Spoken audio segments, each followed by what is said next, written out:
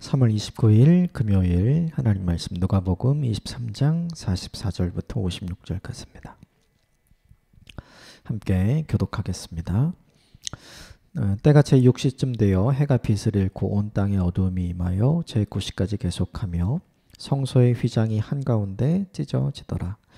예수께서 큰 소리로 불러 이르시되 아버지 내 영혼을 아버지 손에 부탁하나이다 하고 이 말씀을 하신 후 숨지시니라. 백부장이 그 된 일을 보고 하나님께 영광을 돌려 이르되 이 사람은 정녕 의인이었도다 하고 이를 구경하러 모인 무리도 그 된 일을 보고 다 가슴을 치며 돌아가고 예수를 아는 자들과 갈릴리로부터 따라온 여자도 다 멀리 서서 이 일을 보니라. 공회의원으로 선하고 의로운 요셉이라 하는 사람이 있으니 그들의 결의와 행사에 찬성하지 아니한 자라.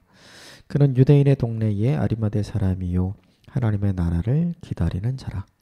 그가 빌라도에게 가서 예수의 시체를 달라 하여 이를 내려 세마포로 싸고 아직 사람을 장사한 일이 없는 바위에 판 무덤에 넣어두니 이날은 준비일이요 안식일이 거의 되었더라.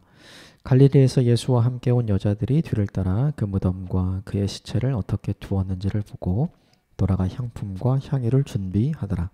계명을 따라 안식일에 쉬더라. 아멘. 이것은 하나님의 말씀입니다. 오늘 성금요일이죠. 오늘 본문에 이제 예수께서 십자가에서 돌아가시는 장면의 내용이 등장을 하죠. 그리고 우리는 이제 대침묵의 기간을 거치고 부활주의를 준비하는 기간을 보내게 됩니다. 오늘 말씀이 좀 우리에게 슬픈 말씀이지만 그래도 이 죽음이 끝이 아니라 부활의 시작이기 때문에 희망과 소망을 가지고 오늘 예수님의 죽음을 묵상하고 그리고 부활을 기대하면서 오늘 하루를 보내시면 좋겠습니다. 읽은 말씀 몇 가지만 좀 함께 살펴보고 우리에게 적용해 보도록 하겠습니다. 먼저 44절, 45절 같이 읽읍시다. 때가 제6시쯤 되어 해가 빛을 잃고 온 땅에 어두움이 임하여 제9시까지 계속하며 성소의 휘장 한가운데가 찢어지니라. 예수님이 6시간 만에 돌아가시죠. 아침 9시에 십자가에 달리셔서 오후 3시에 이제 운명하셨죠. 예수님 죽으신 다음에 일어난 일, 다른 복음서의 본문을 보면 오늘 본문에 있는 것보다 훨씬 더 많은 일이 일어났죠. 어둠이 임하고, 그렇죠? 땅이 흔들리고 또 무덤이 열리고. 이런 일들이 많이 일어났죠. 그 중에 이제 공통적으로 기록된 게 성소의 휘장 한가운데가 찢어진 것. 이게 사실은 굉장히 큰 의미가 있어요. 이 성소의 휘장은 분명히 천이긴 한데 오랜 기간 동안 짐승의 피를 계속 뿌렸기 때문에 굉장히 딱딱하게 굳어져서 두꺼워져 있는 상태죠. 이게 그 천이 아니라 마치 벽돌처럼 되어 있는 거예요. 그런데 그것이 위로부터 아래 한가운데가 찢어졌다. 그래서 성소와 지성소를 막고 있던 이 막힌 담이 허물어지고 열리게 된 거죠. 이게 굉장히 중요한 의미가 있어요. 무엇이냐면 이 전까지는 성소에서 지성소를 아무나 볼 수 없었거든요. 그런데 이제는 예수님의 죽으심 때문에 성소에서 지성소를 누구나 볼 수 있도록, 다시 말하면 지성소는 하나님이 계신다고 생각을 했잖아요. 그러니까 누구나 하나님의 임재 앞으로 누구나 하나님께로 가까이 나아갈 수 있는 길이 열리게 된 거죠. 더 이상 재물을 잡지 않아도, 더 이상 피를 뿌리지 않아도 완성된 구원의 길이 열린 것을 보여주는 거예요. 그래서 성소의 휘장이 찢어졌다는 것은 무엇이냐면 이전까지 가지고 있었던 구원의 지평이 아니라 새로운 구원의 지평이 열리고 완성된 것을 의미한 거죠. 이게 이제 우리에게 주는 첫 번째 메시지이고요. 46절 같이 읽읍시다. 시작. 예수께서 큰 소리로 불러 이르시되 아버지 내 영혼을 아버지 손에 부탁하나이다 하고 이 말씀을 하신 후 숨지시느라. 예수님이 운명하시기 전에 마지막으로 하셨던 말씀, 가상칠언의 7번째 말씀이 뭐냐 하면 아버지, 그렇죠? 하나님을 부른 거죠. 그리고 내 영혼을 아버지 손에 부탁합니다. 원망하지 않았어요. 그렇죠? 십자가를 끝까지 원망하지 않고 불평하지 않고 온전히 온 몸으로 받아들이시고 그것을 하나님 앞에 맡겨드리는 모습을 하게 되죠. 이걸 보면서 좀 부끄러워지고 이걸 보면서 생각하게 돼요. 내 인생에 내가 감당해야 될 하나님이 주신 십자가를 피하기 위해서 얼마나 많이 하나님의 이름을 불렀던가. 그리고 그렇게 하나님의 이름을 불러도 피해지지 않는 십자가 때문에 얼마나 하나님을 원망했던가. 근데 예수님은 그런 게 아니잖아요. 피하지 않고 오히려 하나님께로 더 가까이 가는 모습을 보여주죠. 이 모습을 대비시켜서 저와 여러분에게 적용시켰으면 좋겠어요. 원망과 불평으로 십자가를 대하는 것이 아니라 오늘 본문에 하나님께 나를 온전히 의탁함으로 십자가를 대하고 그것을 완성해가는 예수님의 모습, 이 모습이 저와 여러분의 인생의 모습 가운데 있게 되기를 주님의 이름으로 축복합니다. 쉬운 일은 아닌 것 같아요.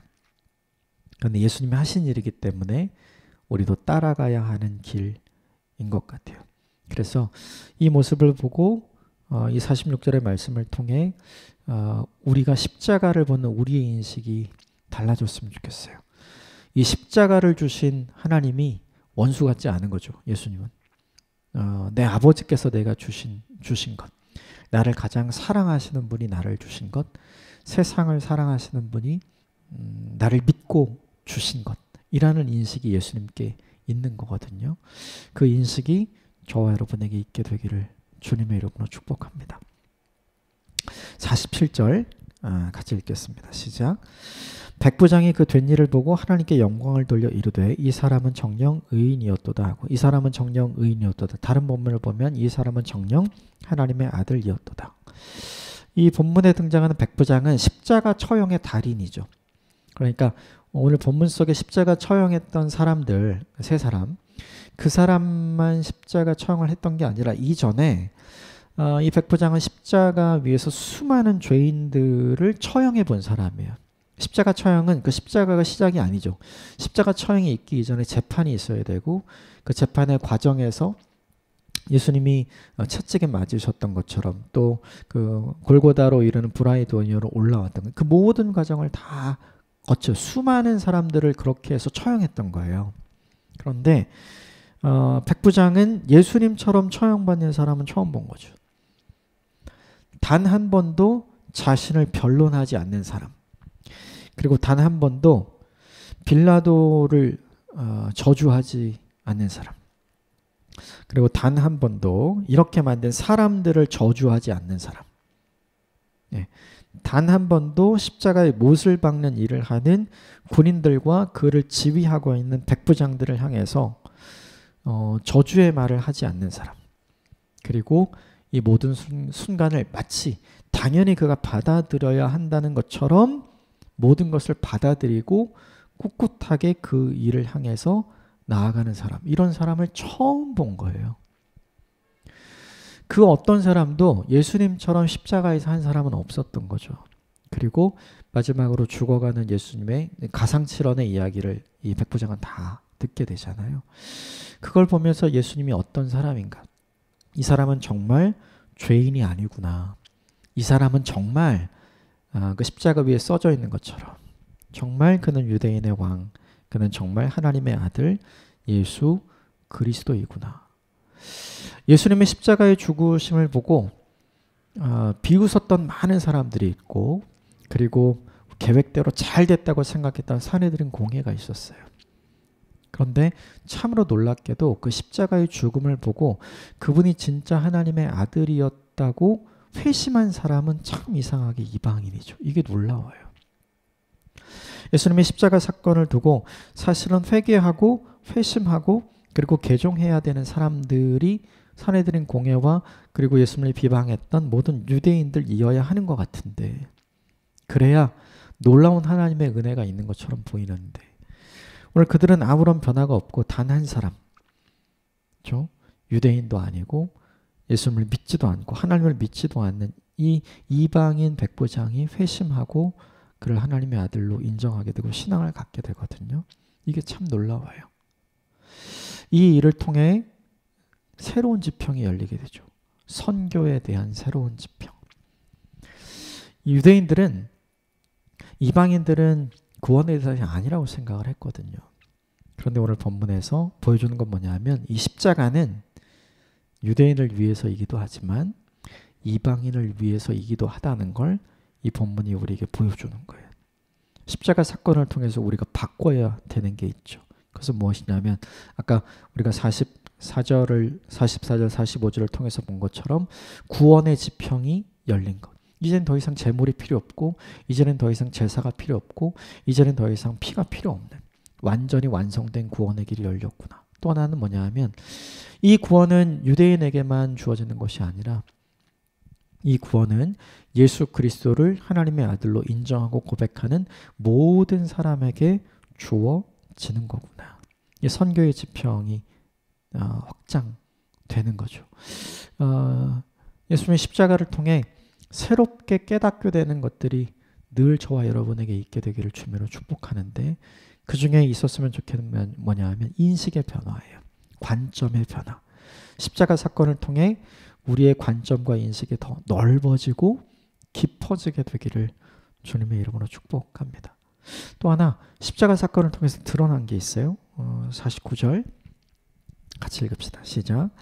예수를 아는 자들과 갈릴리로부터 따라온 여자들도 다 멀리 서서 이 일을 보니라.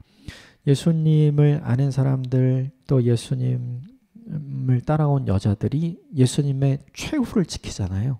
근데 생각해보면 예수님의 최후를 지키겠다고 한 사람들이 있었어요.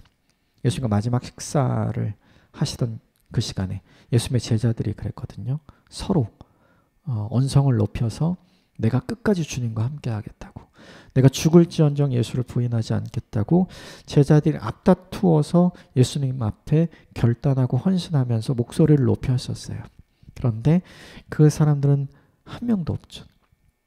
다 사라지고 예수님의 제자가 아닌 사람들, 멀리서 예수님을 바라보았던 사람들, 멀리서 예수님을 흠모하고 사랑했던 사람들, 그리고 끝까지 예수님을 지키려 하고 예수님의 마지막 모습이라도 보기를 원했던 오늘 본문에 힘없는 이 사람들이 예수님의 끝을 지켰던 사람들이죠.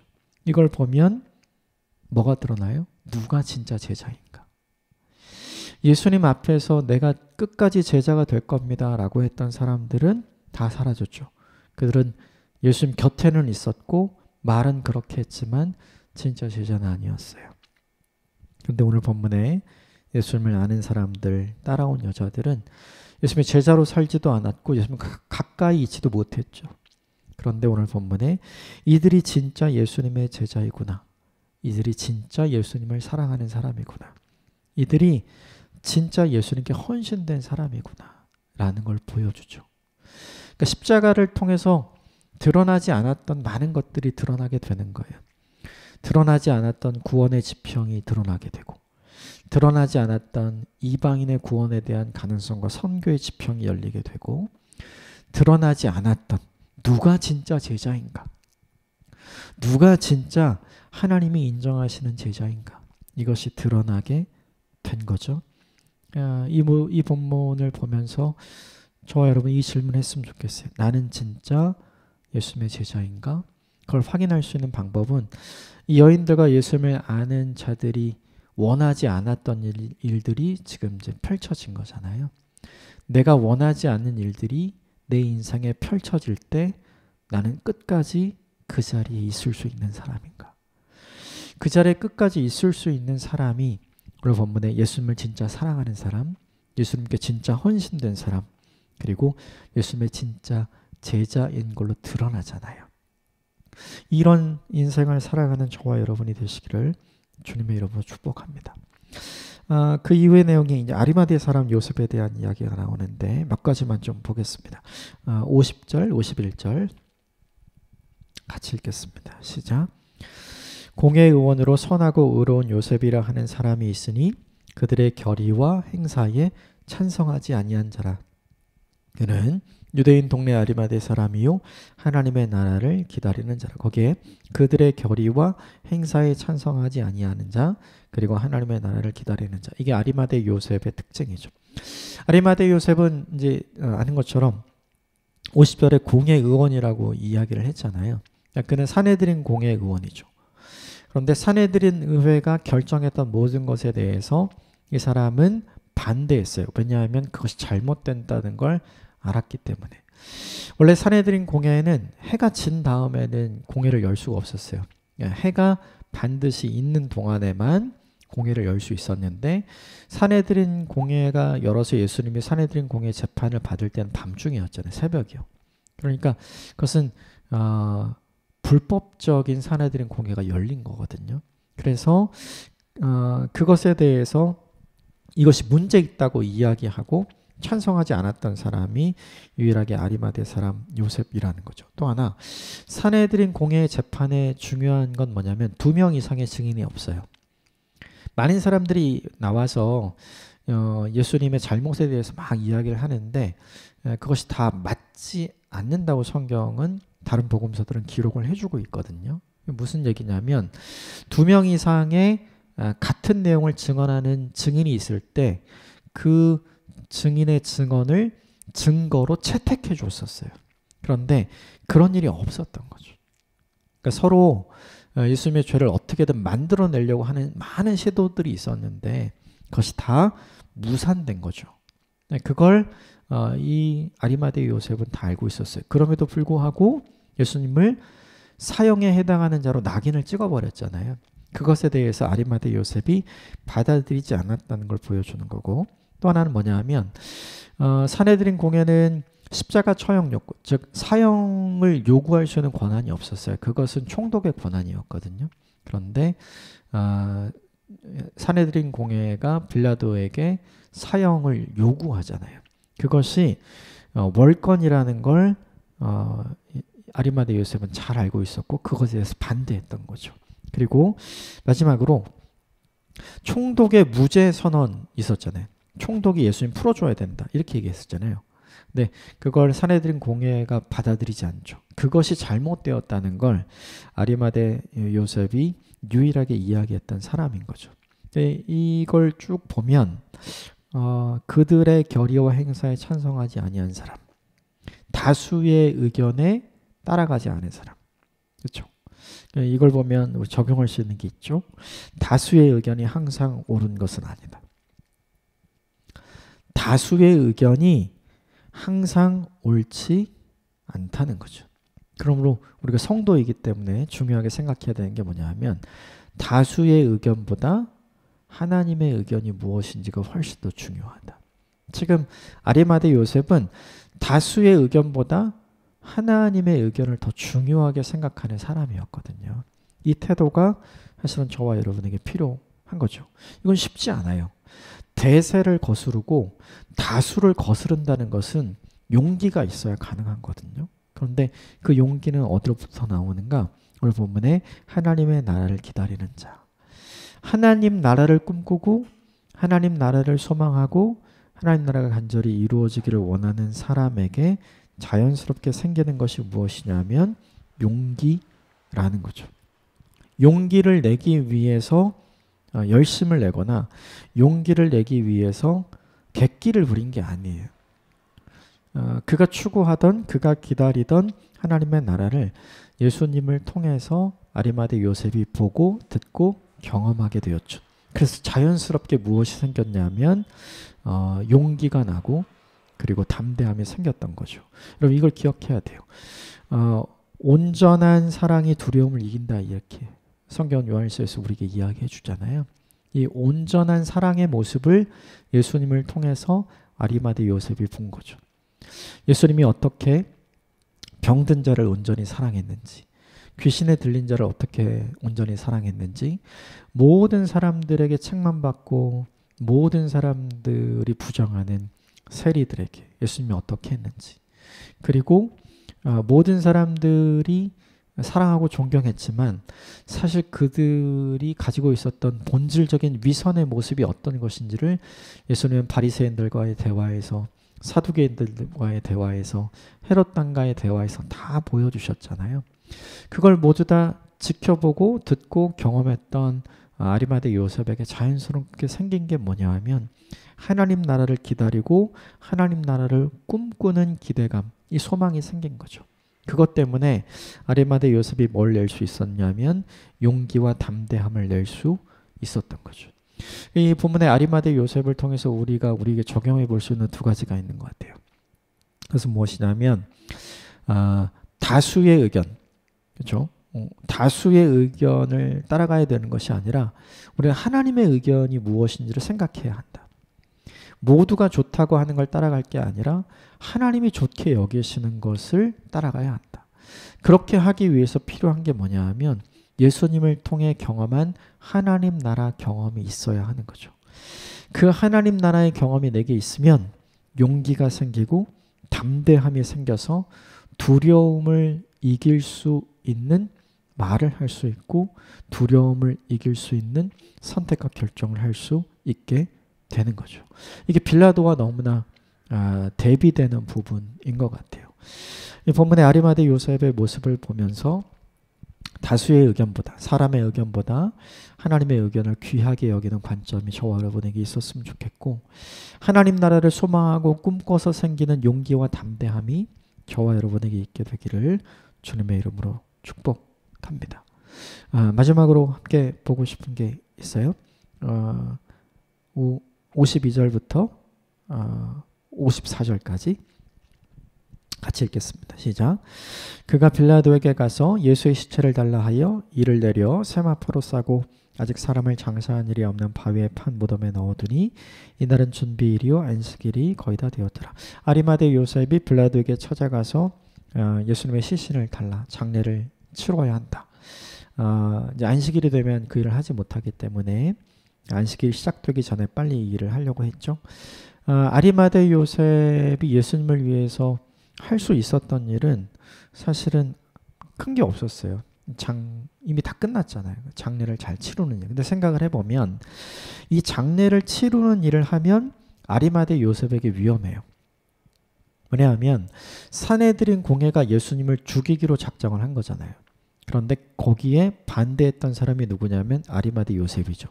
근데 그가 십자가에 달린 이 죄수는 원래 그냥 놔둬야 되거든요. 그런데 십자가에 달린 예수를 이렇게 지극정성으로 장례를 치러주면 산헤드린 공회에 찍히게 되죠. 그러면 공회원의 자격이 박탈될 수 있는 어려움이 생기죠. 또 하나는 뭐냐면 지금까지 드러나지 않았지만 아리마대 요셉이 예수님 편이라는 것이 드러나게 되죠. 그렇게 되면 오히려 예수님을 죽이려고 했던 사람들에 의해서 죽음의 위협을 당할 수 있게 되죠. 그러니까 이 장례를 아리마대 요셉이 치르면 아리마대 요셉에게 좋은 건 아무것도 없어요. 공회원의 자격이 박탈될 수도 있고 그리고 자기가 생명의 위협을 받을 수도 있거든요. 그럼에도 불구하고 그 일을 해요. 왜 했을까 생각해보면 너무나 안타깝고 너무나 사랑스러운 거죠. 주님을 위해서 할 수 있는 일이 그것밖에 없기 때문에 그 일을 하는 거예요. 십자가에서 돌아가시는 걸 막을 수는 없었어요. 그런데 돌아가신 주님을 위해서 뭐라도 하고 싶은 마음이 누구에게 있었냐면 아리마대 요셉에게 있었던 거죠. 그러니까 아리마대 요셉이 할 수 있었던 최선은 십자가에서 죽음을 막는 것이 아니라 산헤드린 공회의 결정을 뒤집는 것이 아니라 돌아가신 예수님을 장례를 치르는 일, 그 일밖에 할 수 없었던 거예요. 그러니까 얼마나 힘들게 그 일을 했을까를 생각을 하게 돼요. 그런데 반전이 있어요. 뭐냐면 아리마대 요셉이 장례를 치루었기 때문에 부활의 시작이 있었던 거죠. 이게 너무 중요하죠. 그러니까 아리마대 요셉은 내가 할 수 있는 게 이것밖에 없어요 라고 장례를 치른 거예요. 그런데 하나님은 그것을 최고로 사용해 주시는 거죠. 부활의 증거로 그리고 부활의 통로로 아리마대 요셉을 사용해 주신 거예요. 이 부분이 우리에게 주는 메시지가 하나 있어요. 우리가 하나님 앞에 할 수 있는 최선, 최고가 아니라 내가 하나님 앞에 할 수 있는 최선을 다하면 하나님은 그것을 최고로 바꾸어서 사용하신다는 거죠. 그러므로 중요한 건 우리는 하나님 앞에 할 수 있는 최선만 하면 돼요. 최고 할 필요 없어요.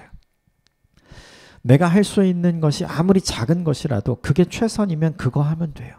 그러면 하나님이 그것을 바꾸셔서 가장 크고 가장 아름답고 가장 좋은 것으로 최고의 것으로 그것을 바꾸어서 사용하실 것이기 때문이죠.